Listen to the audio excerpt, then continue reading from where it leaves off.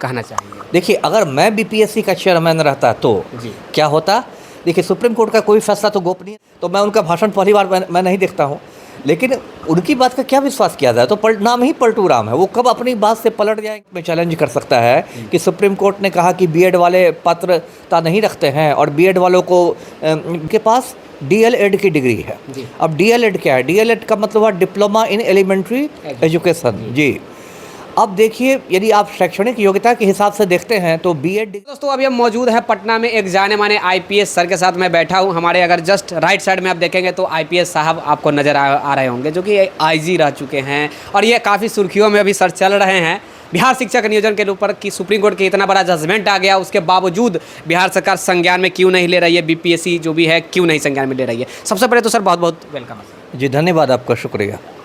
Sir, इतना बड़ा judgement आ गया सुप्रीम कोर्ट से, उसके बावजूद क्योंकि आप सर अभी चल रहे हैं, थोड़ा सा हाईलाइट चल रहे हैं ये शिक्षक बहाली को लेकर तमाम न्यूज़ चैनल पे, क्या लग रहा है आप सबसे पहले अपने मुताबिक थोड़ा बताइए क्योंकि आप प्रशासनिक सेवा में रहे हैं, क्या लग रहा है कि इस जजमेंट के बाद कुछ प्रोसेस आगे बढ़ने की संभावना है?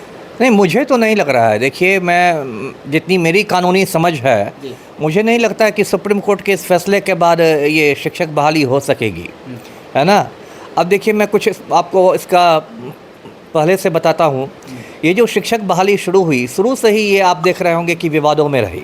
पहले बिहार सरकार ने डोमिसाइल नीति लागू की और ये कहा कि वही लोग अप्लाई कर सकेंगे जो बिहार के अस्थायी निवासी हैं। फिर अचानक हमारे शिक्षा मंत्री को ज्ञान प्राप्त हुआ कि नहीं, बहुत सारी रिक्तियाँ रह जाएंगी, तो डोमिसाइल नीति हटा देनी है। तो डोमिसाइल नीति हटा देनी पड़ी। उसके बाद बाकी प्रदेशों के भी लड़के लड़कियाँ फॉर्म भरने लगे। उसके बाद और एक दूसरा विवाद था कि सरकार ने कहा कि नियोजित शिक्षक तभी राज्यकर्मी का दर्जा पाएंगे जब वे इस परीक्षा में पास होंगे। इस पर लाखों, लगभग 4 लाख नियोजित शिक्षक हैं, वो आंदोलन के रास्ते पर चले गए। पटना में उनका प्रदर्शन हुआ, विधानमंडल के घेराव की कोशिशें हुई, उस पर अलग हंगामा हुआ। और अब देखिए, जो 11 अगस्त को सुप्रीम कोर्ट ने जो फैसला दिया है, वो एक अलग झटका है। अब सबको सुप्रीम कोर्ट के फैसले के बारे में संक्षेप में बताता हूँ। ये मामला राजस्थान से संबंधित था। राजस्थान हाई कोर्ट ने ये फैसला दिया था कि जो बीएड डिग्री धारी हैं वो प्राथमिक शिक्षक बनने के लिए अपात्र हैं, योग्य नहीं हैं। प्राथमिक शिक्षक का मतलब हुआ वैसे शिक्षक जो पहली से 5वीं तक के बच्चों को पढ़ाते हैं। तो ये राजस्थान हाई कोर्ट का जजमेंट था और इसको सुप्रीम कोर्ट में एक बीएड डिग्री धारी ने चुनौती दी थी और सुप्रीम कोर्ट में ये मामला 4 बरस से लंबित था। तो अभी फैसला 11 तारीख को आया है। उसमें सुप्रीम कोर्ट ने स्पष्ट कह दिया है कि जो बीएड डिग्री धारी हैं वो 1 से 5 के बच्चों को नहीं पढ़ा सकते हैं और उसकी जगह कौन पढ़ा सकता है, तो जिनके पास डीएलएड की डिग्री है। अब डीएलएड क्या है? डीएलएड का मतलब है डिप्लोमा इन एलिमेंट्री एजुकेशन। जी। अब देखिए, यदि आप शैक्षणिक योग्यता के हिसाब से देखते हैं तो बीएड डिग्री ज़्यादा पढ़े लिखे लोगों को मिलती है। उसमें आप ग्रेजुएशन के बाद लोग जाते हैं बीएड की डिग्री में, लेकिन डीएलएड जो है वो 12वीं के पास ही आप जा सकते हैं। तो शैक्षणिक योग्यता की दृष्टि से देखें तो बीएड ज़्यादा भारी भरकम डिग्री हुई। लेकिन दूसरी बात यह है कि डीएलएड वाले जो होते हैं उनको छोटे बच्चों को पढ़ाने का विशेष प्रशिक्षण दिया जाता है। तो इसलिए सुप्रीम कोर्ट ने इसी आधार पर कहा कि प्राथमिक शिक्षक बनने के लिए डीएलएड वाले ही योग्य होंगे।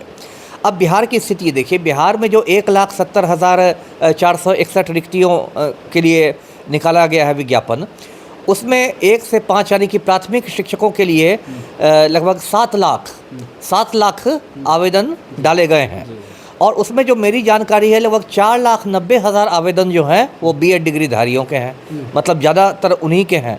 अब बताइए आप, अभी ऐसे तो बीपीएससी की चेयरमैन ने ट्वीट किया है, 1-2 बार उनका ट्वीट आया है कि परीक्षा सही समय पर होगी वगैरह वगैरह, लेकिन आप खुद सोचिए कि परीक्षा कैसे सही समय पर होगी, क्योंकि यदि सही समय पर परीक्षा हो जाएगी तो वो तो सुप्रीम कोर्ट की अवमानना हो जाएगी, सुप्रीम कोर्ट का कंटेम्प्ट हो जाएगा। सुप्रीम कोर्ट तो हिंदुस्तान की सबसे ऊँची अदालत है, उससे ऊपर कोई है नहीं।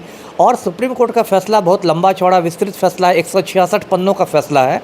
166 पन्नों के फैसले में पूरी सारी बातें कही हैं सुप्रीम कोर्ट ने। जो एनसीटीई ने जो एक अधिसूचना जारी की थी उसको भी रद्द कर दिया है। तो उसके बाद भी यदि राज्य सरकार कहे कि नहीं हम परीक्षा लेंगे तो ये तो साफ अवमानना का मामला हो जाएगा। उसके बाद तो जो बीपीएससी के चेयरमैन हैं वो भी अवमानना के दोषी हो जाएंगे, जो शिक्षा विभाग के अपर मुख्य सचिव हैं वो भी अवमानना के दोषी हो जाएंगे, तब तो सबकी गर्दन फंस जाएगी। मतलब आप चैलेंज करना चाह रहे हैं, तमाम अधिकारियों को भी सजग करना चाह रहे हैं? हाँ, सचेत करना है, इतनी बुद्धि तो उनके पास भी होगी। रहे हैं तो आप और देन इतनी बुद्धि तो एक स्कूल के बच्चे के पास होगी, वो तो सीनियर अधिकारी हैं कि सुप्रीम कोर्ट ने कुछ कहा और आप उसके विपरीत चले गए और आपने सुप्रीम कोर्ट का मजाक बना दिया, तो आप तो कंटेम्प्ट के दोषी होंगे ही। ये तो बहुत मोटी बात है ना। इसको समझने के लिए कोई बहुत ज़्यादा सजेस्ट करना चाह रहे हैं या धमकाना चाह रहे हैं? नहीं, धमकाना, मैं धमकी क्यों दूंगा? धमकी देना मेरा थोड़ा ही काम है। मैं कानूनी ये कर रहा हूँ, विश्लेषण कर रहा हूँ कि यदि ये परीक्षा यदि होगी तो वो अवमानना होगी सुप्रीम कोर्ट की, सीधे शब्दों में। और मान लीजिए आप परीक्षा ले भी लेते हैं किसी तरह से, तो फिर उसका जो परीक्षा फल आएगा, जो रिजल्ट आएगा, उस पर सवाल या निशान लग जाएगा। कोई भी व्यक्ति इसको सुप्रीम कोर्ट में चैलेंज कर सकता है कि सुप्रीम कोर्ट ने कहा कि बीएड वाले पात्रता नहीं रखते हैं और बीएड वालों को बैठाकर उनको भी मेरिट लिस्ट में जगह दे दी गई, तो ये कैसे हुआ? तब तो ये मामला और ज़्यादा पेचीदा हो जाएगा। अभी तो कम से कम परीक्षा हुई नहीं, उसके पहले ही आप रोक देते हैं। और यदि आप परीक्षा लेते हैं, परीक्षा फल निकालते हैं और उसके बाद तो ये मतलब और ज़्यादा लफड़ा बढ़ जाएगा। तो अब देखिए जो भी हुआ है बिहार में, इसके लिए मतलब पूरी तरह देखिए पलटू राम जिम्मेदार है। कैसे जिम्मेदार है मैं बताता हूँ। पहली बात तो ये है कि 4 साल से सुप्रीम कोर्ट में मामला लंबित था और बिहार सरकार को मालूम था, तो कायदे से बिहार सरकार ने जब विज्ञापन निकाला था उसी समय स्पष्ट कर देना था कि भाई ये जो विषय है ये माननीय सर्वोच्च न्यायालय के विचाराधीन है और सर्वोच्च न्यायालय के फैसले के अनुसार, है ना, विज्ञापन की शर्तों में परिवर्तन हो सकता है। ये चेतावनी पहले ही देनी नहीं चाहिए थी विज्ञापन के समय ही। जैसे सिगरेट के डब्बा पर लिखा रहता है ना कि सिगरेट पीना स्वास्थ्य के लिए हानिकारक है, इसके बावजूद कोई पिए तो कोई क्या करे? तो एक चेतावनी देनी नहीं चाहिए बिहार सरकार को उसी समय कि मामला सुप्रीम कोर्ट में विचाराधीन है, वहाँ लंबित है, सुप्रीम कोर्ट के फैसले से तो लोग मानसिक रूप से तैयार होते। अभी जो बीएड वालों को जो सदमा लगा है कि परीक्षा के 15 दिन पहले पता चल रहा है कि आप पात्रता ही नहीं रखते हैं, ये सदमा तो नहीं लगता। दूसरी गलती बिहार सरकार ने क्या की कि 1 से 5 वाले के लिए तो रिक्तियाँ निकाली, लेकिन 6ठी से 8वीं तक के शिक्षकों के लिए कोई रिक्ति ही नहीं निकाली गई है।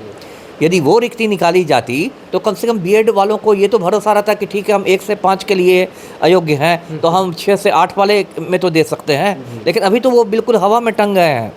तो कुल मिलाकर यही स्थिति है कि, और देखिए सरकार कितनी संवेदनहीन है, मेरी समझ में नहीं आ रहा है कि अभी 11 तारीख को मतलब सुप्रीम कोर्ट का फैसला आया है, आज हम 15 अगस्त को बात कर रहे हैं। इतने दिनों में तो सरकार की ओर से बिल्कुल स्पष्ट कुछ बहुत सारी ऐसी स्टेट है जो एक्शन ले भी ली है सर। मध्य प्रदेश स्पष्ट रूप से कर दिया कि बीएड वालों को बाहर कर दिया गया है। तो यहाँ जो एक असमंजस की स्थिति बनी हुई है, जो सोशल मीडिया पर मतलब कयास लगाए जा रहे हैं, कोई कुछ बोल रहा है, कोई जितने मुँह उतनी बातें हैं, कम से कम ये असमंजस की स्थिति तो नहीं रहती। तो मेरी समझ में नहीं आ रहा है, ये लोग खिलवाड़ कर रहे हैं लड़के लड़कियों के भविष्य के साथ। जी अभी भी नीतीश कुमार जी कह रहे हैं कि बहाली होंगी। अब पलटू राम की बात का तो को मैं कभी सीरियसली लेता नहीं। पहली बात तो अब मेरे पास इतना मतलब ये नहीं समय है कि मैं पलटू राम का भाषण देखने लगा हूँ। मुख्यमंत्री है बिहार के। अरे तो क्या हुआ, पलटू राम ही है, तो मैं उनका भाषण पहली बार मैं नहीं देखता हूँ, लेकिन उनकी बात का क्या विश्वास किया जाए? तो नाम ही पलटू राम है, वो कब अपनी बात से पलट जाएंगे तो खुद उनको नहीं पता है। तो और सबसे बड़ी बात याद रखनी चाहिए कि मुख्यमंत्री हैं कोई है, वो सब सुप्रीम कोर्ट से कोई ऊपर नहीं है, उन्हीं के अंदर में। हाँ, है ना। तो इसलिए मतलब सुप्रीम कोर्ट के फैसला को पलट देना पलटू राम के औकात के बाहर की बात है। वो मतलब सक्षम ही नहीं है, संवैधानिक रूप से वो सक्षम नहीं है। इसलिए उन्होंने कहा तो जो इसको जो आप कह सकते हैं पॉलिटिक्स में जो जुमलेबाजी होती है, हवाबाजी होती है, और लाल किले पर मोदी जी ने बहुत पटाखे छोड़े होंगे, हो सकता है 15 लाख रुपया फिर भेज रहे हों, तो ये सब जुमलेबाजी हवाबाजी वाली बात है। ये सब को गंभीरता से नहीं लेना है। दर्शकों को मैं यही कहूँगा कि सुप्रीम कोर्ट के फैसले के बाद ये बिहार की परीक्षा होनी बहुत कठिन हो गई है, उसकी वैधता पर ही प्रश्न चिन्ह लग गया। जी तो जो लोग दावे अभी भी कह रहे हैं वो सब गलत कह रहे हैं, कहने का मतलब यही है। गलत इसलिए कर रहे हैं, उनको कानून की समझ नहीं है। कानून की समझ नहीं है। लोग सोचते हैं कि सरकार चाहे तो कर सकती है। अरे कैसे सरकार कर सकती है? आप सर आईजी रह चुके हैं, तो आप तो जो भी है आर्टिकल दुनिया जहाँ जो भी है बहुत अच्छे प्रकार से जानते होंगे। आप अगर अपने माइंड के मुताबिक या फिर अपने एक्सपीरियंस के मुताबिक आपसे अगर पूछा जाए कि आप पर्सनली क्या इस पर कहना चाहेंगे? देखिए, अगर मैं बीपीएससी का चेयरमैन रहता तो क्या होता? देखिए, सुप्रीम कोर्ट का कोई फैसला तो गोपनीय रहता नहीं है, वो सार्वजनिक हो जाता है। सुप्रीम कोर्ट का बाकायदा वेबसाइट है, उस पर फैसला अपलोड हो जाता है। हो सकता है अब तक अपलोड हो भी गया हो 4 दिनों में। तो यदि मैं बीपीएससी का चेयरमैन रहता तो सीधे मैं उस फैसले को भाई ये करता, है ना, उसका प्रिंट आउट निकलवाता, है ना, और उसी के आधार पर मैं एक आदेश जारी कर देता कि सुप्रीम कोर्ट के इस एक के फैसले के बाद ये परीक्षा अगले आदेश तक स्थगित की जाती है। उसके बाद फिर बिहार सरकार अपना कोई नीतिगत निर्णय करती या फिर सुप्रीम कोर्ट में समीक्षा के लिए जाती, कुछ दूसरा होता तो वो होता, लेकिन अगले आदेश तक तो इसको स्थगित कर देना चाहिए। जी, मतलब कोर्ट ऑफ कंटेंट का जो भी है रूल लग सकता है उन लोगों को। हाँ, कंटेम्प्ट की बिल्कुल बात होगी ना, ये तो अवमाननावाद हो जाएगा, ये तो अवमाननावाद हो जाएगा कि सुप्रीम कोर्ट कैसे इसको बर्दाश्त करेगा कि आपने जैसे मध्य प्रदेश ने क्यों तुरंत बीएड वालों को हटा दिया। मध्य प्रदेश नहीं, सरकार नहीं चाहती है कि वो कंटेम्प्ट ऑफ कोर्ट में फंस जाए, अवमाननावाद में फंस जाए। यहाँ पलटू राम है, देखिए क्या करते हैं। अभी तो 24 तारीख में 8-9 दिन है, बीच में कभी भी कोई अधिसूचना निकल सकती है। जी, कभी कुछ भी पलटी मार सकते हैं, कभी भी पलटी मार सकते हैं, बोल सकते हैं, कुछ भी पलटी मार कुछ भी बोल सकते हैं। कुछ भी जी पलटी लग सकती है। जी जी। एक लास्ट प्रश्न होगा सर, युवाओं के लिए कुछ मैसेज, जो आपके जो वीडियो अभी देख रहे हैं, पूरे बिहार आपको देख रहा है अभी, तो उनके लिए कुछ मैसेज। अब मैसेज मैं क्या दूं, अब तो मैसेज नहीं देना है। मैं सभी अब जितने भी युवा हैं, मैं कह मान लीजिए मुझे बड़ा भाई समझे, जो समझे, मैं यही कहूँगा कि ईमानदारी से प्रयास करते रहें। बहुत ज़्यादा अवसाद में भी नहीं जाना है, बहुत ज़्यादा डिप्रेस्ड भी नहीं होना है। बहुत सारे मतलब और भी रास्ते खुले रहते हैं। ऐसा नहीं कि एकदम मान लीजिए किसी वजह से ये हो, तो और भी अभी जैसे बीपीएससी की जो सिविल सेवा वाली परीक्षा होने वाली 69वीं, उसकी भी प्रक्रिया चल रही है। बाकी देखिए, कभी भी सारे अंडों को एक टुकड़ा में नहीं रखना चाहिए, क्योंकि वो टुकड़ा गिरता है सारे अंडे फूट जाते हैं। मतलब अपना अलग अलग आपको विकल्प खोल के रखना है। आप बैंक की भी परीक्षा देते रहिए, बीपीएससी का भी देते रहिए, शिक्षक का भी देते रहिए, ये भी देते रहिए। अंतिम हाल में कोई निजी रोजगार करने के लिए भी तैयार रहना चाहिए, लेकिन किसी भी हालत में मतलब निराश नहीं होना है। जी, निराश नहीं। ये सर जो हैं अभी ये आईपीएस रह चुके हैं, आईजी रह चुके हैं, ये हमें बताने की आवश्यकता नहीं है कि ये क्या जानते होंगे, नहीं जानते होंगे, आप लोग भी जानते होंगे।